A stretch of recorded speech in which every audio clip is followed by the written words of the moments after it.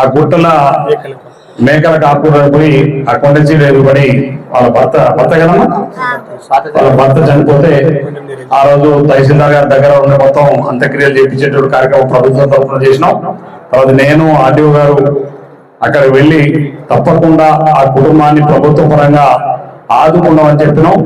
ఇచ్చిన మాట ప్రకారం ప్రభుత్వం నుంచి 5 లక్షల రూపాయలు ఎక్స్గ్రేషియా వెంటనే చెల్లించేటువంటి కార్యక్రమం.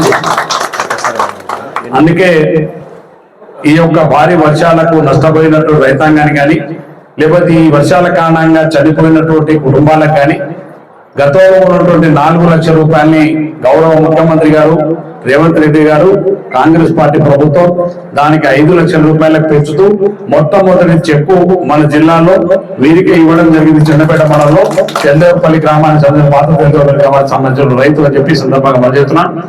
ఆ చెక్కు అకౌంట్ లో డబ్బులు కూడా పడిపోయింది.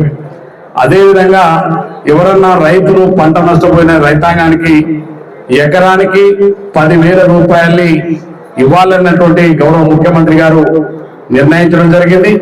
ఇప్పుడు ఆ నష్టపోయినటువంటి రైతాంగులు ఎవరితో దానికి సంబంధించిన ప్రతిపాదనలు కూడా ఆ సర్వే నెంబర్ వారిగా ప్రభుత్వానికి తహసీల్దార్ గారు అగ్రికల్చర్ వారు సర్వే చేసి వాస్తవంగా నష్టపోయిన రైతాంగం ప్రభుత్వం పంపడం జరిగింది. వచ్చిన తర్వాత వాటి నష్టపరిహారం కూడా ఇవ్వడం జరుగుతుంది. ఎకరానికి 10,000 రూపాయలు చెప్పి సందర్భంగా మనం చేస్తున్నాం. ఇవన్నీ కూడా ప్రభుత్వం పేదలకు రైతులకు ఎక్కడైనా నష్టం జరుగుతుంది. అన్నిటికంటే ఎక్కువగా ఏదైతే రైతులు గతంలో మనం ఏ కారణాల చేత మీరు పంట నష్టం జరిగింది, ఇప్పుడు తుఫాన్లు వచ్చినాయి లేకపోతే కరువు వచ్చింది, మీరు పంటలు వేసినారు కానీ పంటకు ప్రభుత్వం గతంలో మేము ఉన్నప్పుడు క్రాప్ డ్యామేజ్ ఇచ్చేటువంటి వాళ్ళం. దాని తర్వాత 10 సంవత్సరాలు ఎక్కడ కూడా ఏదైనా పంట నష్టం ₹1 వచ్చేది కాదు.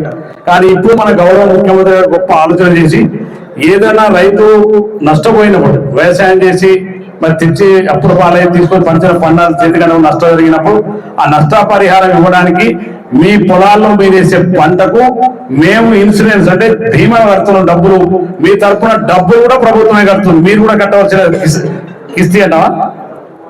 కిస్తీ కదా, బీమా అంటే కిస్తీ. మీరు కట్టేటువంటి కిస్తీ మీరు కట్టవలసింది కూడా గౌరవ ముఖ్యమంత్రి గారు కాంగ్రెస్ పార్టీ ప్రభుత్వం కిస్తీ కూడా మీ పంటలకు బీమా కట్టి రేపు ఈ వర్షాల కారణంగా కానీ కరువు వచ్చిన కానీ మీ పంటలు నష్టపోతే ఆ పంట నష్ట పరిహారం ఇవ్వడానికి ఇన్సూరెన్స్ క్రాప్ డ్యామేజ్ దానికి సంబంధించిన ఇన్సూరెన్స్ సంబంధించిన కిస్తీ కూడా ఈ ప్రభుత్వమే చెల్లిస్తుంది. ప్రీమియం అంటాం, ఈ ప్రీమియం కూడా ప్రభుత్వమే చెల్లిస్తుంది. అందుకని ఈ ప్రభుత్వం రైతాంగానికి ఆదుకోవడానికి అన్ని రకాలైనటువంటి కార్యక్రమాలు చేస్తున్నాం. అదేవిధంగా రైతులు ఎవరైతే చాలా మందికి ఇంకా అనుమానాలు ఉన్నాయి, మీకు 2 లక్షల రూపాయల లోపల రుణమాఫీ అయినటువంటి రైతులందరికీ కూడా ఇచ్చినాం. మిగిలిపోయినటువంటి వివిధ కారణాలు పేరు తప్పుపడే తల్లిదండ్రులు తెప్పుపడే లేకపోతే ఇంకే కారణం చేత 2 లక్షల రూపాయల మధ్యన ఆగిపోయినట్టు వాళ్ళందరికీ కూడా సుమారుగా ఈ రాష్ట్రంలో 5 లక్షల మంది ఉన్నారు. వారికి కూడా త్వరలోనే అన్ని డబ్బులు పంపిణీ చేసేటువంటి కార్యక్రమం చేస్తున్నాం. దాంతో పాటుగానే 2 లక్షల పైన ఉన్నటువంటి అప్పుల్లో ఉన్నారు చాలా మంది 2 లక్షల పైన 6 లక్షలు 5 లక్షల మంది ఉన్నారు. వాళ్ళు ఒక 50,000 10,000 ఒక రైతు ఒక 2,40,000 ఉంది అనుకోండి. మేము తారీఖు చెప్తాం, ఏ తారీఖు లోపల మీరు డబ్బులు అన్న జమ చేయాలని చెప్తాం.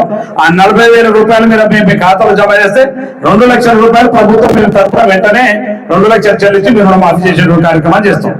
మేము ఇచ్చిన మాట ప్రకారం రైతులను ప్రతి ఒక్కరిని తప్పకుండా ఆదుకునేటువంటి కార్యక్రమం మీ ప్రభుత్వం చేస్తుంది. ఇక చాలా మంది మధ్యకాలం ఇక రైతు బంధు వస్తలేదు. మేము ఇచ్చిన మాట ప్రకారం ప్రతి రైతుకు ఎకరానికి 7,500 రూపాయల చొప్పున 2 పంటలు కలిపి 15,000 రూపాయల చొప్పున అతి త్వరలో మీ ఖాతాలో జమ చేసేటువంటి కార్యక్రమాన్ని ఈ ప్రభుత్వం చేస్తుందని చెప్పి స్పష్టంగా ఈ సందర్భంగా మనం చెప్తున్నాం. కానీ ఇందులో తిరకాసు అనుకున్నాం, తిరకాసు కరెక్టే చేస్తున్నాం. వాస్తవమైన రైతు ఎవరు పంట పండిస్తారో ఆ రైతుకు మాత్రమే డబ్బులు ఇస్తాం. లేకపోతే మీకు బీడు ఉంది, మా భూమి గుట్టు ఉంది, లేకపోతే ఆ రియల్ ఎస్టేట్ వ్యాపారం ఉంది, ఇటువంటి వాళ్ళకి మాత్రం ఎట్టి పరిస్థితులు రైతు భరోసా ఇచ్చేటువంటి సమస్య లేదు. కానీ పంట పండించే ప్రతి రైతు ఒక్కరి కూడా విడిచిపెట్టకుండా రైతు భరోసా ఇచ్చే కార్యక్రమాన్ని 15 ఇచ్చే కార్యక్రమాన్ని పూర్తి చేయము. ఇది ఈ ప్రభుత్వం యొక్క లక్ష్యం.